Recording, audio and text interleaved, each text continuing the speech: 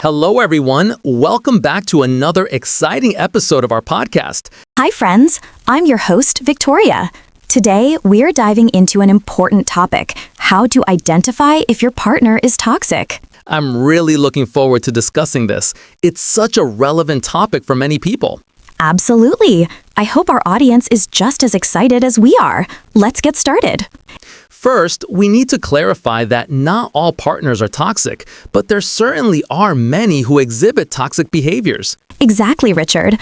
Unfortunately, a toxic partner often doesn't realize their behavior is harmful to their significant other.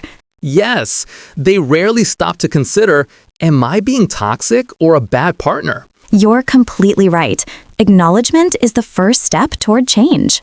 Unfortunately, many people resist the idea that they might be the problem, right? Definitely. Now, let's discuss some common signs of a toxic person that everyone should be aware of. Without a doubt, it's crucial for individuals to recognize these signs so they can better understand their relationships. The first sign of a toxic partner is constant criticism. If your partner frequently puts you down or insults you, that's a major red flag. Yeah, let me share a real story shortly. I remember a friend of mine who was in a relationship where the constant criticism was relentless. It began subtly, but over time, it escalated. Oh, wow, that sounds intense. What kind of things was his partner saying? Well, it started with little things, like comments about his outfit or the way he handled certain tasks at home.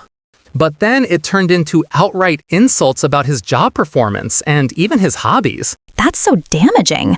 It's amazing how something that seems small at first can build up over time. Did he realize it was toxic right away?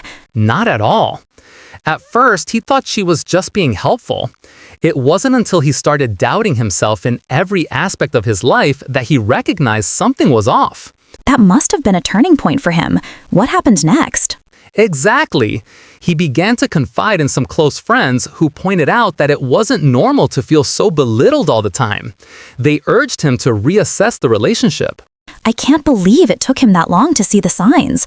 It's so easy to get caught up in that kind of dynamic. How did he break free from it? He eventually gathered the courage to have a serious conversation with her. He expressed how her comments made him feel and laid down some boundaries. Honestly, that was a huge step for him. That's empowering. It's so crucial to stand up for yourself. Did it change anything in their relationship? It did. Unfortunately, she didn't take it well, and it ultimately led to a breakup. But he realized it was for the best. I can only imagine how liberating that must have felt for him. It's such an important reminder to recognize our self-worth and not accept constant negativity.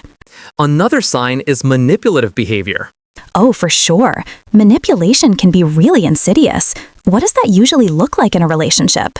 Well, it often begins with small tactics like guilt tripping or playing the victim. The manipulator seeks to control their partner's feelings and actions. Really? I can see how that would create a toxic environment. Do you have a personal story related to this? Actually, yes. I had a colleague whose partner would often use guilt to get them to change plans. If they wanted to hang out with friends or go out, their partner would make comments like, "I thought you cared about spending time with me?" That's so unfair. How did your colleague respond to that? At first, they felt obligated to give in, believing it was just a sign of affection. But over time, it became evident that the relationship was draining their energy and self-esteem. Friends, did you notice the word obligated? What does it mean? In this context, obligated means feeling forced or pressured by duty or emotion to do something, even if you don't really want to. Now, come back to the conversation. I can't believe how easily people can fall into that pattern without realizing it. Did your colleague ever confront their partner about this behavior? They did, but it wasn't easy. When they brought it up, the partner would just shift the focus back to their own feelings, making it harder to have a constructive conversation. Wow, that sounds incredibly frustrating.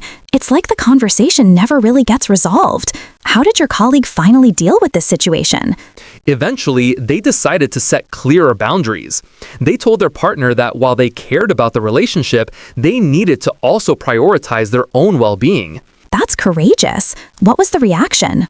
Initially, there was pushback, like typical manipulative behavior. But over time, the partner started to realize that this wasn't working. It was a wake-up call. So, did it lead to improvements? Somewhat. They began to communicate better, but it also revealed deeper issues that needed to be addressed. Ultimately, it was a turning point for them. That's a good reminder that healthy communication is key. It sounds like the journey to self-awareness can be really challenging, but it's worth it in the long run. Definitely. And I hope that listeners take this to heart. Recognizing these signs can help someone escape a toxic situation before it's too late. Absolutely. If anyone is currently in a relationship where they feel manipulated or controlled, it's important to reach out and seek support. For sure. Everyone deserves to be in a relationship that uplifts and empowers them. Thank you for exploring this topic with me, Victoria. My pleasure, Richard. Let's keep the conversation going next time.